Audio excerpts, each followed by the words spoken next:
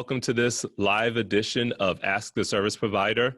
I am your host, Clem Harrod, Chief Projection Officer of CLEMCO AV, and we're here with Kyle Fleischel of Murtha & Murtha accounting firm. Kyle, thank you for joining us today. Hey, no problem. Happy to be here. Yeah, man. So we've had Patrick on here several times before, and we are looking forward to having a conversation from your perspective. We did the the CARE Act webinar not too long ago, and I know that you've read the CARE Act from start to finish. So I read the PPP portion of the CARES Act. Oh, okay, the PPP portion. Patrick made it seem like you read the entire. No, I didn't bother reading the whole part about the airlines bailout. I skipped over that. Right. Okay. Well, either way, we know that you are pretty well versed and informed about the process of applying for the PPP and the EIDL, and we are looking forward to this conversation.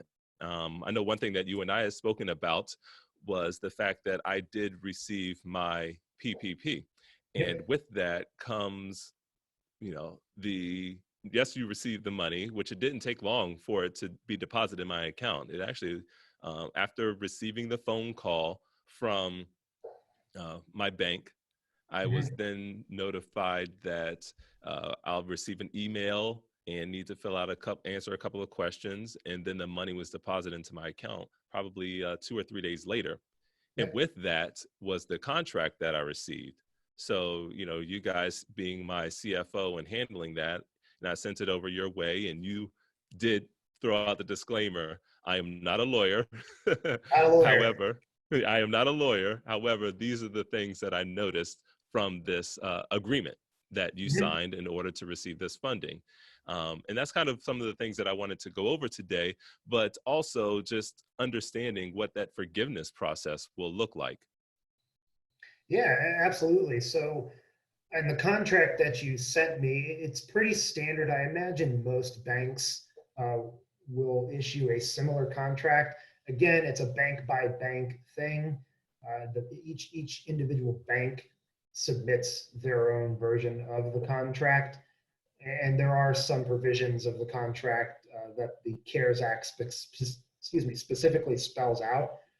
So we did want to go over just a few of those things. The first thing in your contract that I noticed is the interest rate. And the interest rate for the CARES Act should be 1%. Your specific bank chose to use a 360-day interest calculation method.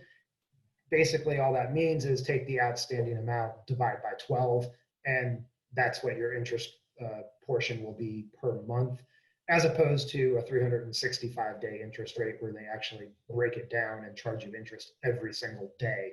So your interest varies depending on if there's 28, 30, or 31 days in a month. But that's pretty standard. The CARES Act did say that it would be a 1% interest rate. One thing that I did notice in your contract that I think most contracts will say is that any portion of the loan that is forgiven, the interest is also forgiven. So if 100% of your loan is forgiven, all the interest that's accrued over the time before you started making payments, that also gets forgiven as well. So you don't have to get this loan and pay a bunch of interest when the loan gets forgiven. And that's a W right there. Yeah, and that should be the case for most loans as well. You have a payment structure that's set up that I guess I should say I wasn't sure how this would be treated by the different banks. But basically your payments are deferred for 6 months. You're not required to make any payments while you have the loan for 8 weeks. And then I imagine they give you an additional 4 months that you don't have to make payments, A, because the CARES Act requests it, and B, it gives you time to get all your documents in order and actually submit the loan for forgiveness as well. And then again, any interest that's related to the principal portion will be forgiven as well. One thing I wasn't sure about was the 6 months. I thought the CARES Act deferred everything until December 31st of this year. And you obviously getting your loan before July 1st means that 6 months is before the end of the year. So I wasn't sure how the CARES Act would address that or how your bank would address that. But anyway, in your specific note with your specific bank, your payments are deferred 6 months, and that gives you enough time to get your documents in order and request forgiveness of your Now loan. that's six. I'm sorry. I thought I heard you say that 6 months was after. Is that 6 months starting from now, or was I heard you also say something It's after? it's 6 months starting from when the loan was given to you. Okay. Okay. So that's how long your payments are deferred for. So you don't have to make a payment on this loan until 6 months from the date that it was deposited into your bank. Gotcha. Gotcha. Yeah. I mean, and then I guess, even, I mean, with 1% though, that's like, as Patrick and I were kind of saying, that's almost like free money at a 1% loan there. It is almost like free money, but the payback period isn't as long as some other notes. Usually you can get a 5-year loan, a 7-year loan, a 10-year loan from a bank. This is an 18-month loan. Well, up to 24 months, but again, your payments are deferred for 6, so now you have 18 months to pay it back. So you Right. do want to at least try to get as much of it forgiven as possible if you don't think you're going to be able to get all of it forgiven. Now, that's one thing that we were talking about earlier. It's just the forgiveness process still is not defined. We still It's don't not. know what that's going to look like. So when the CARES Act was released, Congress tasked the SBA, and I believe gave them 30 days, which were now passed, to publish guidelines on loan forgiveness. I'm yet to see those guidelines being published. They have addressed a couple other questions that we had concerns on, but a comprehensive outline of the forgiveness process still is yet to be published. The AICPA has released basically an open letter to the SBA with their recommendations. The AICPA is kind of the governing body of CPAs nationwide. And they released, like I said, an open letter to the SBA, basically saying, here are our recommendations on what you should produce to allow loan forgiveness. A lot of it was geared towards companies that have payroll and what those pay periods should be, how those pay periods should be determined, what employees should be determined, and how you should determine a full-time equivalent employee.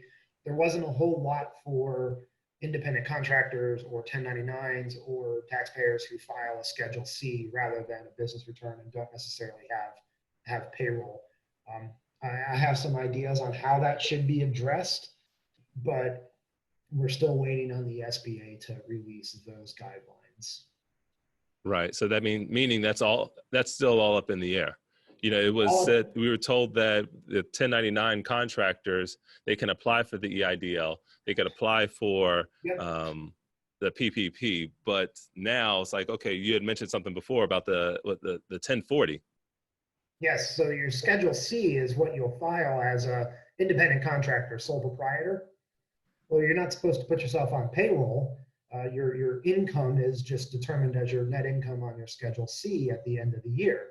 So you're not going to have that available until you file a tax return next year for the 2020 tax year. And then you'll have to submit that to the bank to prove that you had income that you were able to pay yourself on payroll. And then I don't know if there are going to be limits to the amount of income that you have to earn in order to qualify for forgiveness. If you file a tax return and your business doesn't show any income, well, how could you have paid yourself any payroll if the business doesn't have any income? Maybe you'll have to pay back the loan. So employers are allowed to forgive the employee's portion of payroll taxes. So does that mean self-employed individuals get to ignore and not pay back half of their self-employment tax, which again is calculated on the tax return at the end of the year? So there's a lot of things that are still up in the air, and I imagine that they'll be addressed by the SBA.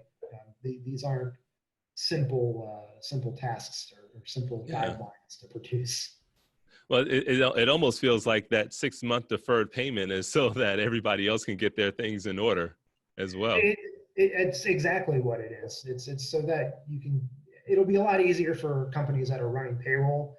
I think for independent contractors, specifically those who file Schedule C, they're going to have to wait until they file a tax return next year to submit for loan forgiveness. And how does that affect the repayment? If your bank only gives you a 6-month deferment, are you going to have to start making payments on a loan even though you don't know if you're eligible to have it all forgiven, and what happens if 100% of it is forgiven in the future. Right. You've already made payments. So there's still a lot up in the air. And I think it's going to be, general guidelines are going to come down from the SBA, and then each bank individually is going to have to set their own guidelines for each different loan. Okay. So now what happens for the 10, obviously we're through the first round of PPP, right? And we're probably through the second round as well, if not almost out of those fundings. I'm sure we're almost out. So then what happens for the the contractors, independent contractors, or people who haven't prepared their taxes, their 2019 taxes yet? If you haven't done 2019 taxes yet, you're going to have a very difficult time getting the PPP loan, because I believe that's how they're going to calculate the amount of loan that you're eligible for. Yeah. Okay. And then I guess so if people haven't done that yet, I guess my recommendation is to go ahead and reach out to us at CLEMCO AV or CLEMCOHR.com, and we'll try to connect you with one of our service providers, one of our accountants, to try to help get those things resolved for you, because we know you're looking for those fundings, that funding. And as Kyle had mentioned, you need to go ahead and file your 2019 returns to assist with that. And it'll be a double-edged sword, because your PPP loan is based on your income from the previous year. And if you file your tax return and show a bunch of income, you're going to owe a bunch of tax for 2019. And we've had clients who we say, if you show this much income, you'll qualify for this much PPP loan, but you better be prepared to pay this much in tax. So we have a question in the group, and I'm sorry, I please feel free to throw the questions in the chat. What happens if you don't show a profit? So I guess if you're showing a loss for 2019. For 2019, it's a great question. You probably won't be eligible for any PPP loan.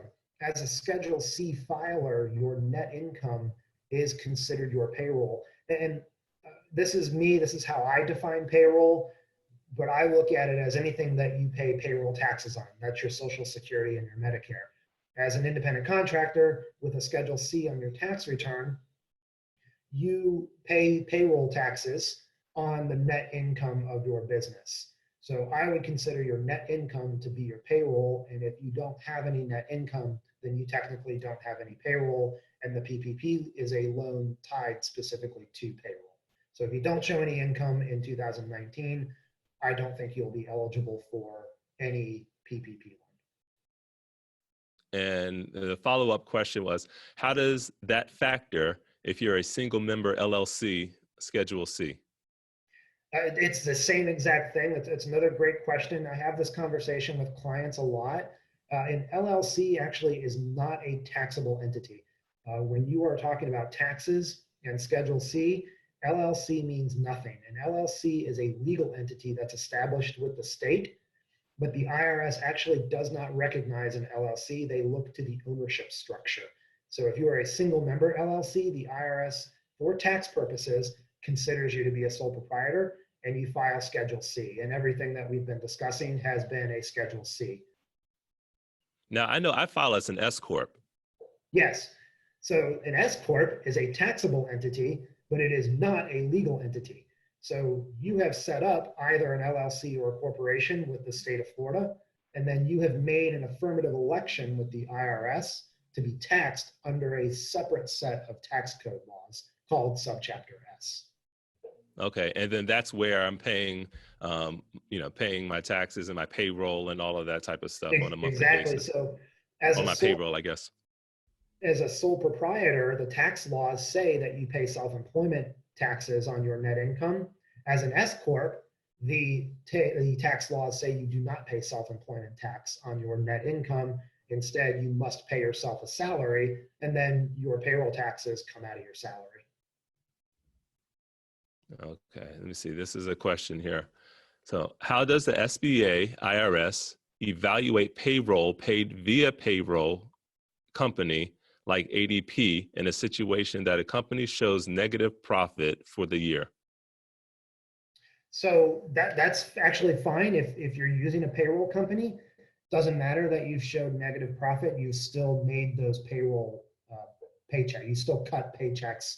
So a company like ADP will be able to produce payroll journals and reports that show that payroll was actually paid, even if your company is showing a net loss. And then do you qualify for the PPP from that? Yes, you because you can prove that you've paid payroll.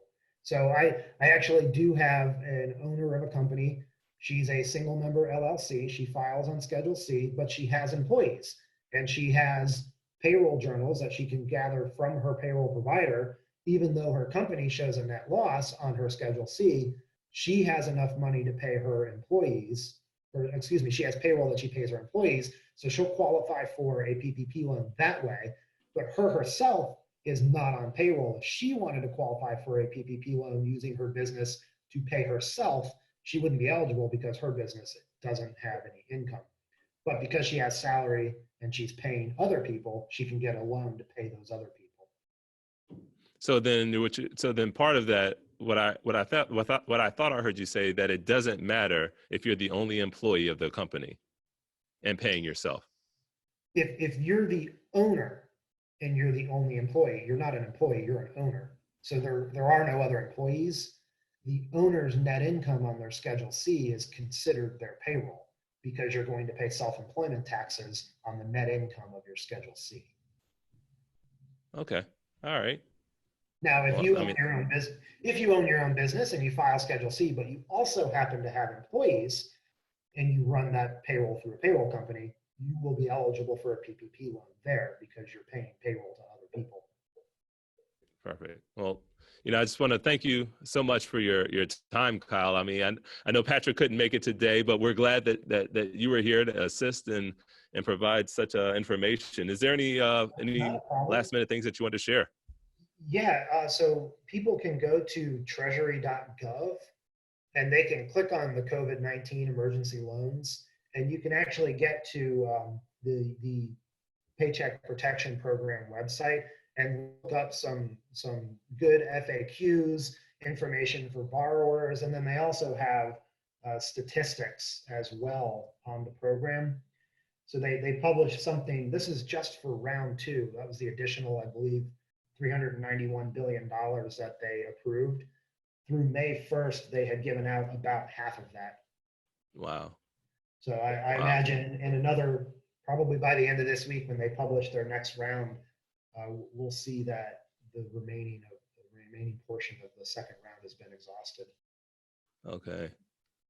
Well, perfect. Well, we're gonna call it today. Thank you for your time, Kyle, again. And maybe you'll be able to join us next week for our live Ask the Service Provider. No problem. Looking forward to it. Thank you, Clem.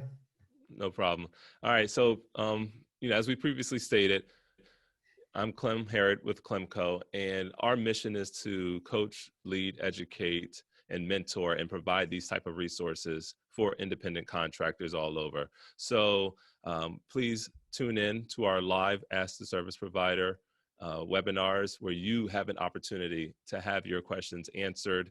Right now, we're currently focusing heavily on the accounting and COVID-19 situation, but we also will be talking about health insurance, budgeting, business insurance, mental health, physical health, all of those things that are provided in a human resource department that the independent contractor may not have. So that's our mission, to provide those resources for you and to help you project the best image possible. Thank you.